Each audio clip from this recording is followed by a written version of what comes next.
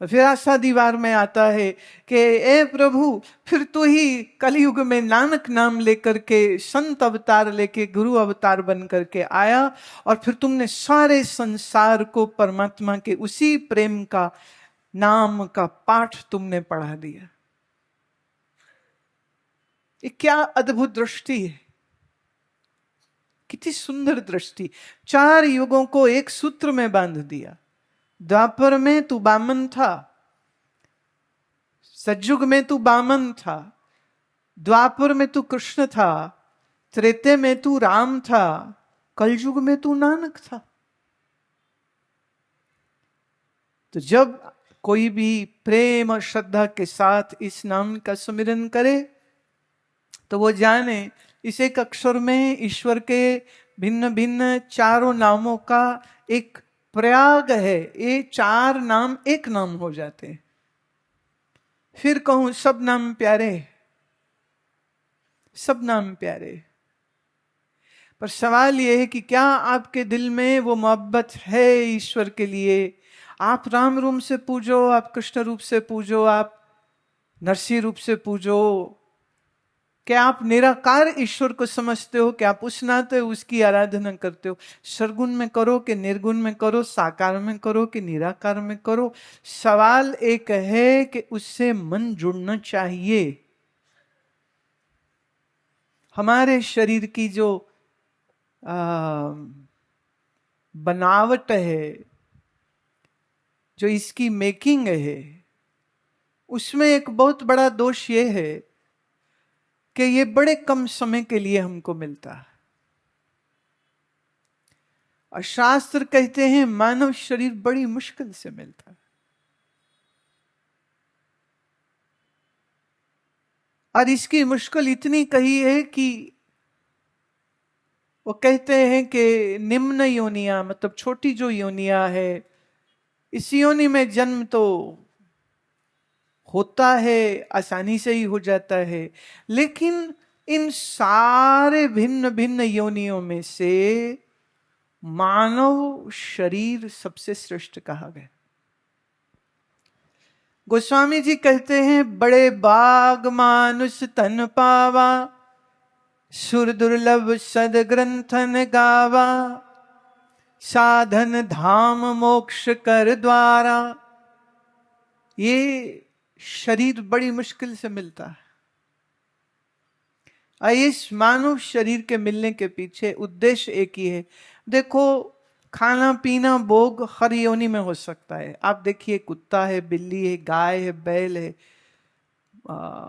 उड़ने वाले हैं सब पक्षी, चलने वाले 4 पैर वाले सब पशु, और तो और सांप, और तो और मच्छर।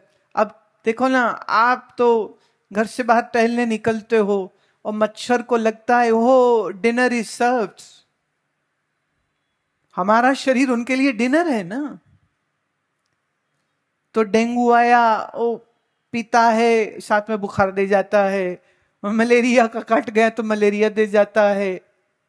पानी में कितने जरासीम, कितने micro organisms and bacteria, viruses पानी में होते। आप कहते हो हमने पानी पिया, वो जब तुम्हारे शरीर में जाते उनकी तो पार्टी हो जाती, वो तुम्हारे जाके इंटेस्टाइन्स को ही खाना शुरू कर देते। खाना पीना तो उनके लिए बहुत बढ़िया। अभी आश्रम में जून के महीने में शहतूत के कोई 30-40 पेड़ है। अब शहरों में तो बिल्डिंगें बन गई, शहतूत कट गए, देखने को भी नहीं मिलते। तो मैंने कहा खूब लगाओ। तो इस समय 30-40 पेड़ हैं शहतूत, और जून महीने में वो मीठे मीठे शहतूत आते। पर भैया जी, आप जाओ शहतूत खाने, हमसे पहले वो कीड़े बैठे होते, उनकी पार्टी चल रही होती। तो फिर पत्ते हिलाने पड़ते, भाई साहब हटो, हमको भी खाने दो।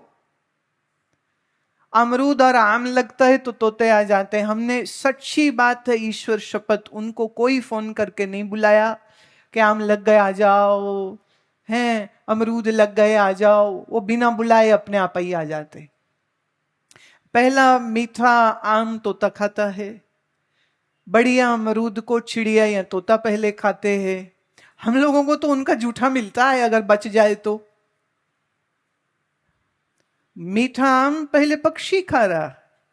और जिन लोगों ने बागबानी की है उन्हें मालूम है कि जिस फल पर तोते ने चोंच मारी हो वो सबसे मीठा होता है।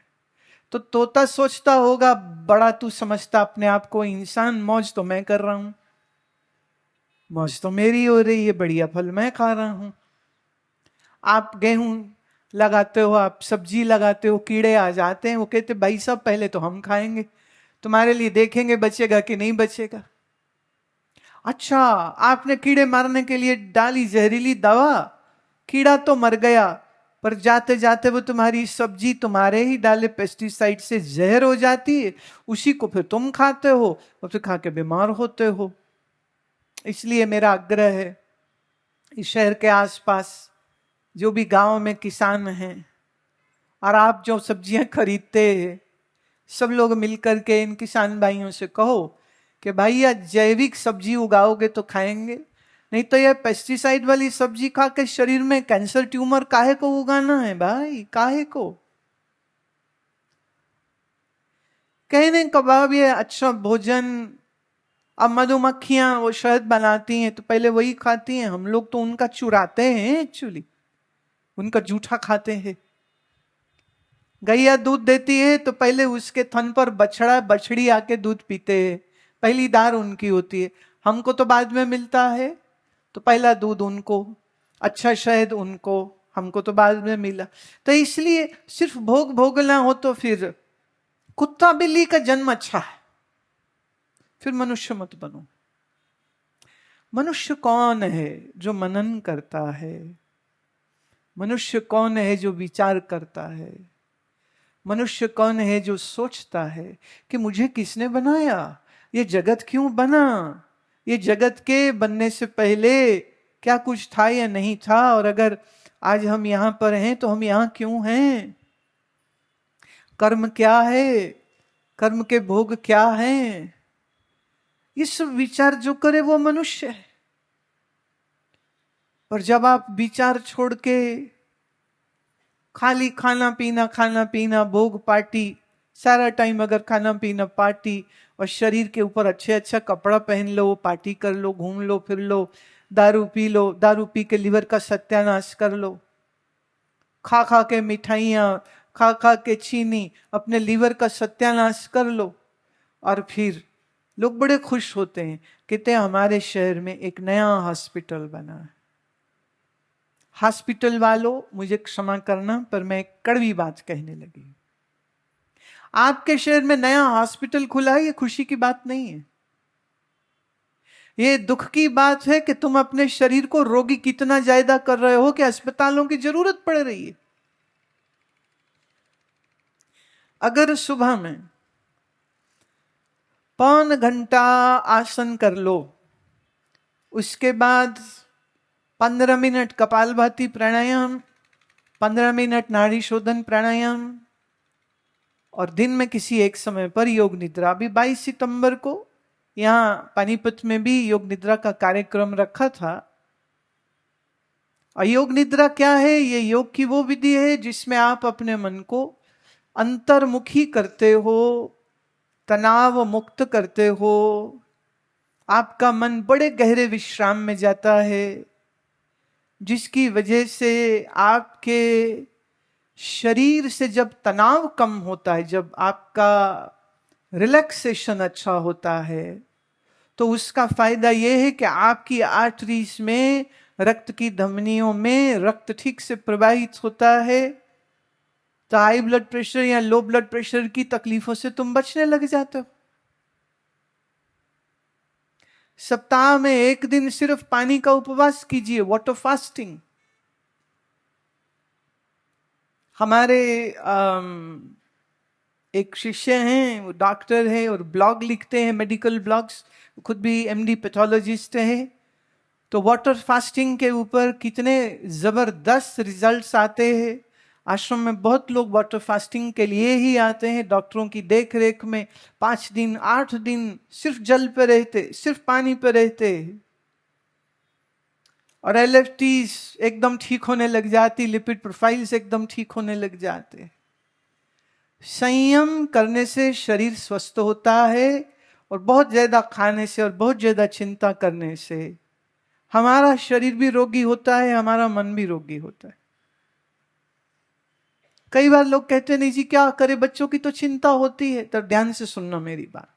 अगर तुम्हारे बच्चों को तुमने लायक बनाया है तो उनकी चिंता करनी बनती नहीं। भैया लायक हैं, वो अपने लिए बहुत अच्छा कर लेंगे, करेक्ट।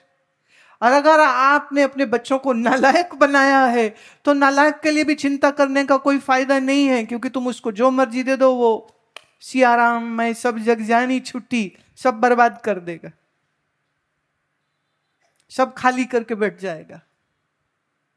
मैं आपको एक सच्ची घटना बताती हूं। मेरे जानने वाले कोई हैं प्रेमी, उनके भाई की और उनकी पत्नी को जुए की आदत पड़ गई। अब जब माँ बाप जुआ खेलते हैं तो फिर आगे बच्चों को भी पड़ गई। और फिर एक दिन उनका बेटा जुआ खेलता है, दिवाली की रात अपनी फैक्ट्री को उसने दांव पे लगा दिया और एक ही स्ट्रोक में वो एक रात की 1 घंटे की गेम में अपनी फैक्ट्री हार गया। खींच के उसने अपना जो मर्सिडीज की चाबी थी फिर उसने वो रख दी कि नहीं मैं तो वापस सोचा जीत लूंगा, उसने चाबी रख दी, मर्सिडीज कार भी उसकी गई। फिर उसने अपने मकान के कागज भी लगा दिए। जुबान चलती है ना कि भाई आप मेरा मकान दांव पे।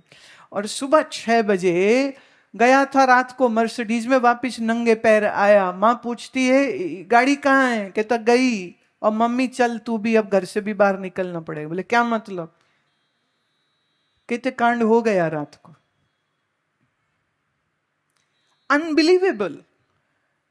लोग गाली देते हैं कि युधिष्ठिर का दिमाग खराब था, उसने जुआ खेला। आज भी बड़े सारे युधिष्ठिर बैठे हुए।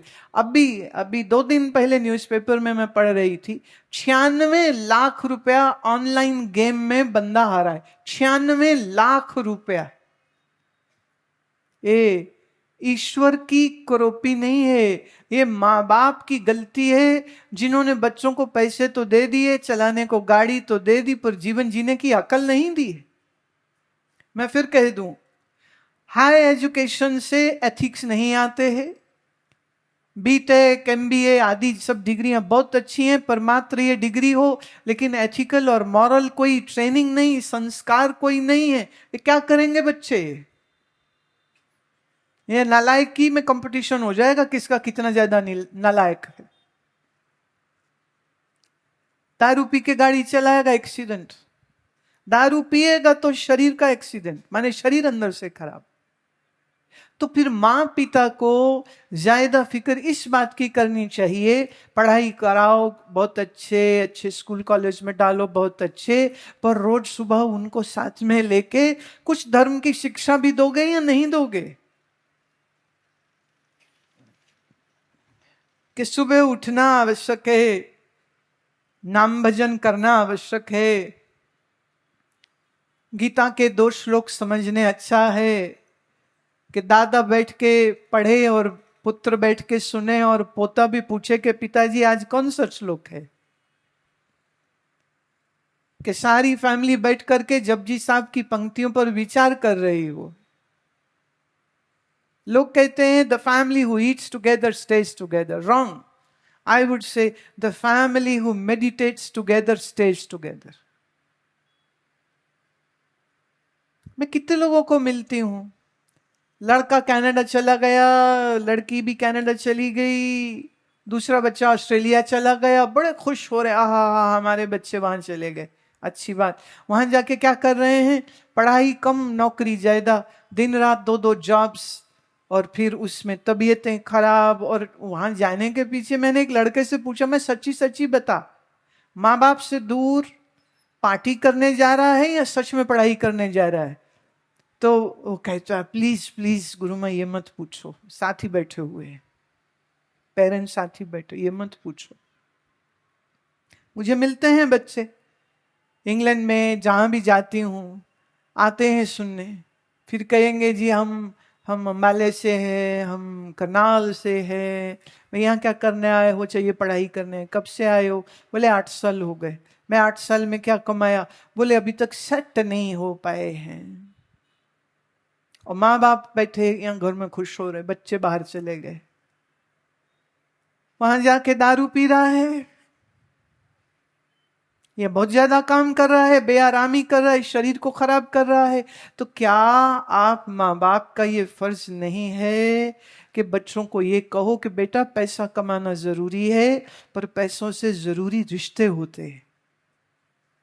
बेटा कमा रहा हो बहुत पैसा बाहर जाके, लेकिन अगर माँ बाप बुढ़ापा अकेले में सिसक सिसक के चल रहे हैं तो क्या फायदा।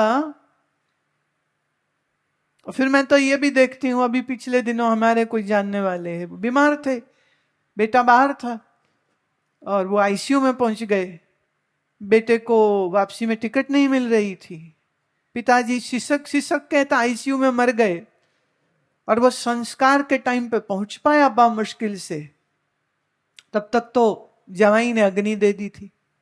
मैं अब बोलो, तुम इसी दिन को लड़कों को रोते थे लड़का होना चाहिए, लड़का होना चाहिए। तुमने पैसे को भगवान बना लिया है, बड़ी गाड़ी बड़ा घर चाहिए, ना माँ ना बाप का प्यार चाहिए, ना उनकी संगति चाहिए। याद रहे, जो अपने संस्कारों से दूर हो जाएंगे, जो बच्चे अपने धर्म से दूर हो जाएंगे, वो बच्चे अपने माँ बाप के किसी काम आने वाले नहीं हैं। तो अपने परिवारों की भी रक्षा कीजिए, ये संस्कार तुम्हें उन्हें देना होगा, ईश्वर के लिए नहीं, तुम अपने लिए ही कर लो कम से कम।